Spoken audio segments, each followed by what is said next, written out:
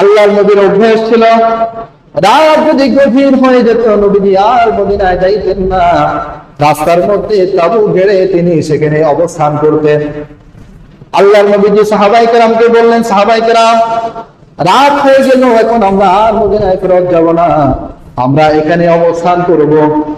নিরাপত্তার জন্য দুইজন সাহাবীকে আল্লাহর নবী দায়িত্ব দিলেন, ও আমার সাহাবায়ে কেরাম তোমরা দুইজন সাহাবী এই গিরিপথে পাহারা দিবে, যাতে কোনো শত্রু আমাদের প্রতি আক্রমণ করতে না পারে।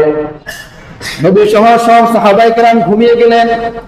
দুইজন সাহাবী বসে বসে অন্ধকারে পাহারা দিচ্ছেন, যেন কোন কাফের মুশরিক ইসলামের এই সাহাবায়ে কেরামের উপরে আল্লাহর নবীর উপর আক্রমণ করতে না পারে। হঠাৎ করে দুইজনের একজন অপরজনকে বলে উঠলেন, ভাই দুইজন বসে বসে লাভ কি, আপনি ঘুমায়া পড়েন, আমি একটু পাহারা দিই, এরপরে আমার যখন ঘুম আসবে আমি ঘুমিয়ে যাব, আপনি পাহারা দিবেন। একজন ঘুমিয়ে গেলেন, আর মাত্র একজন পাহারা দিচ্ছেন।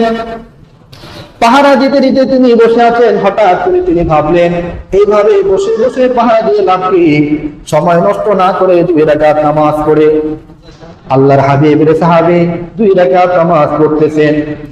এই দিক দিয়ে কাফের মুশরিক বাহিনী ফাঁক ফুকর খুঁজতেছে, কোন দিক দিয়ে আক্রমণ করা যায়, তারা দেখতেছে কোনো সুযোগ পায় কিনা। দেখে একজন লোক দাঁড়িয়ে আছে, অন্ধকারে দাঁড়িয়ে দাঁড়িয়ে নামাজ আদায় করছে। কাফের মুশরিকরা একটা তীর নিক্ষেপ করলো, তীরটা এসে সাহাবীর বাহুর মধ্যে ঢুকে গেল। সাহাবী নামাজ ছাড়ে নাই, নামাজ পড়তেছে। এরপরে কাফের মুশরিক মনে করলো এই দুটোই মানুষ না, লড়ে না কেন, আরেকটা তীর নিক্ষেপ করলো, ওই তীরটা এসে সাহাবীর আরেক বাহু দিয়ে ঢুকে গেল। এরপর আল্লাহর নবীর সাহাবী নামাজ ছাড়ে না। কাফের মুশরিকরা মনে করলো দুটো একটা গাছ দাঁড়িয়ে আছে, আরেকটা তীর নিক্ষেপ করলো, আরেকটা তীর নিক্ষেপ করার সাথে সাথে সাহাবীর বাহুর মধ্যে ঢুকে গেল। এরপরে আল্লাহর নবীর সাহাবী রুকুর মধ্যে গেলেন, সিজদা করে তাড়াতাড়ি নামাজ শেষ করলেন। নামাজ শেষ করে পাশের সাহাবীকে ডাক দিয়া বললেন, ও ভাই আমার, তাড়াতাড়ি ঘুম থেকে উঠো, দেখো আমার শরীরের কি অবস্থা হয়েছে। সাথী ডাক দিয়া বললো, আপনি আমাকে কেন বললেন না? সাহাবী ডাক দিয়া বলে, ও আমার সাথী ভাই, আল্লাহর হাবিবের সাহাবী, খোদার কসম করে বলি, যখন আমি নামাজে দাঁড়াইলাম নামাজ ছাড়তে আমার মন চায় নাই। যখন প্রথম তীর আমার শরীরে ঢুকলো আমার মন চাচ্ছে না, আমি নামাজ ছেড়ে দিই।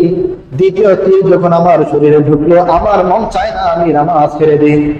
3 নম্বর তীর যখন আমার শরীরের মধ্যে ঢুকে গেল, এরপরে আমার মনে হলো, আহারে আমি যদি এখন নামাজ না ছেড়ে এখনই যদি আমি তাদের তীরের আঘাতে শহীদ হয়ে যাই, তাহলে তারা দলবদ্ধভাবে এসে আল্লাহর হাবিবের উপর, সাহাবায়ে কেরামের উপর আক্রমণ করবে।